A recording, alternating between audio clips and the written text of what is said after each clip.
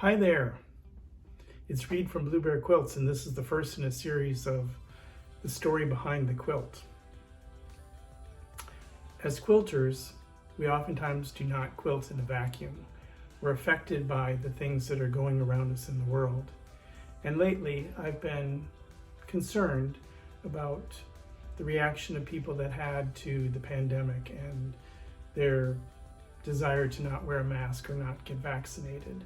And also by people that are being kept in the margins or are having their rights taken away from them. And so I wanted to create a quilt that reflected that. And so this quilt behind me is called The Tree of Life from the Underside. And what I mean by that is it's the perspective of how you're looking at the tree.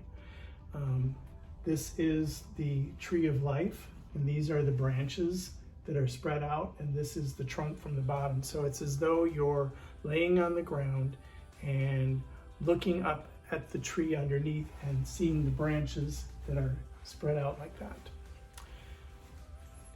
And that was the design that I created in Electric Quilt, which is software for designing quilts. And so then I thought, well, who on earth would be looking at the tree of life from the underside? And I thought, people in the margins. So I was looking for quotes regarding being in the margins, and I found a book by poet laureate Amanda Gorman called Call Us What We Carry. That's the book that the poem is in, and the poem is called Gated. Basically what the poem is, it's an analogy of what it was like to have some of your rights taken away from you or being told what to do during the pandemic, and how that compares to people that are in the margins. So here is the quilt up close.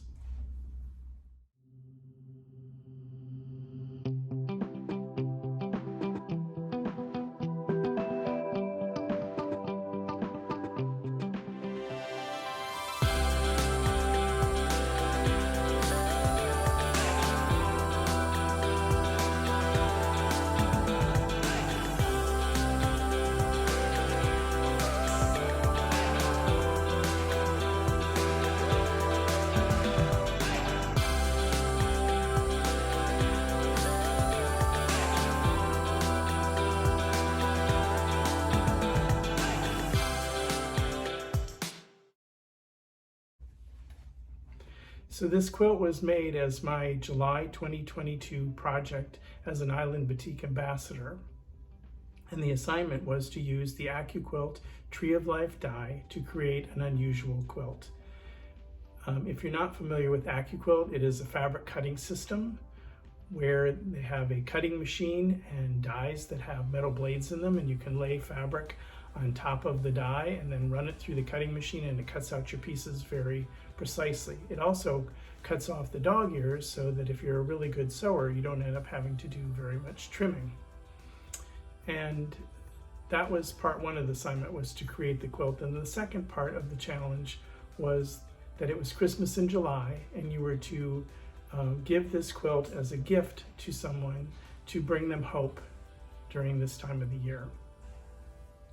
And so I was thinking about someone to give the gift to, and I came up with a woman who is a pastor in a local church. And in her church, no one's in the margins. They accept everyone and they affirm everyone. And so I called her up and told her that I wanted to give her this gift. And she indicated to me that in the church, they have a tree of life that hangs on the wall, and the people that go there are encouraged to put leaves on the tree, demonstrating things that God has done for them in their lives. And so I knew that I had made the right decision of who to give the gift to. And so at that church, people are not in the margins, and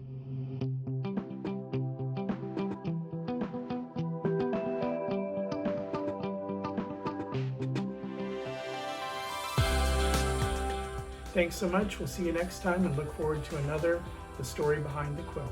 Bye-bye.